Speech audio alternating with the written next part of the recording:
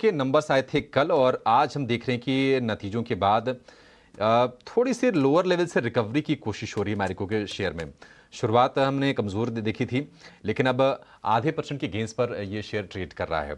और मैरिको के नतीजों को जरा विस्तार समझते हैं। कंपनी का मैनेजमेंट हमारे साथ जुड़ गया है। हमारे साथ हैं CFO कंपनी के पवन अग्रवाल।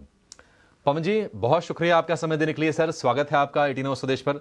सर, सबसे पहले आपसे ये जानना चाहेंगे कि आपने अपना जो मार्जिन का जो गाइडेंस है उसको थोड़ा सा आपने बढ़ाया है।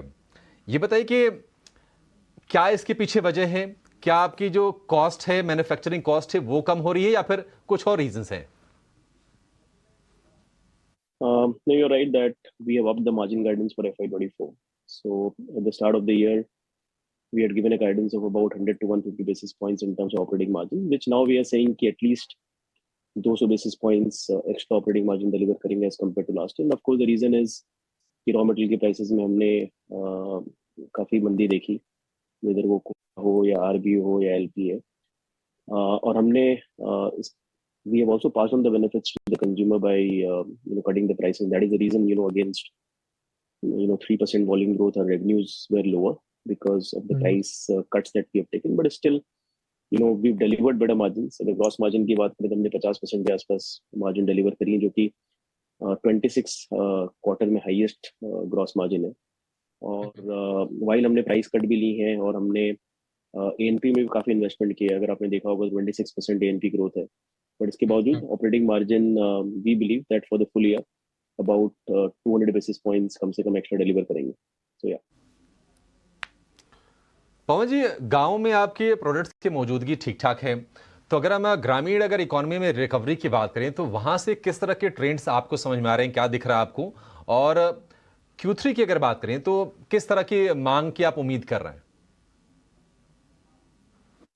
सो जहाँ तक रूरल का सवाल है, I would say let's say if you were to go back 4-5 quarters, where we were and where we are, still it's definitely a much better situation. But yes, Q2 में कोई incremental recovery नहीं दिखाई दी. It will largely similar to what we had experienced in Q1.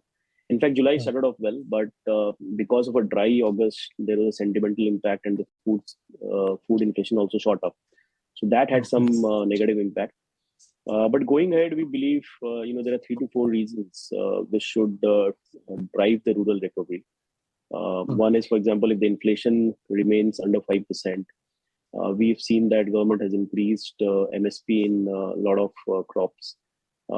We also believe that with the festive season ahead, there would be a buoyancy in demand.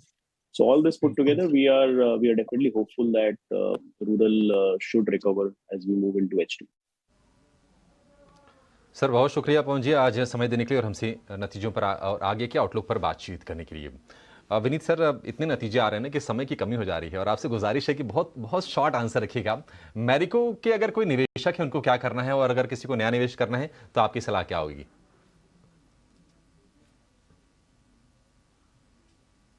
बहुत ही बेहतरीन result है और हमें लगता है कि आगे जाके वॉल्यूम जब रिकवर होंगे तो इस मार्जिन को अगर सस्टेन किया तो काफी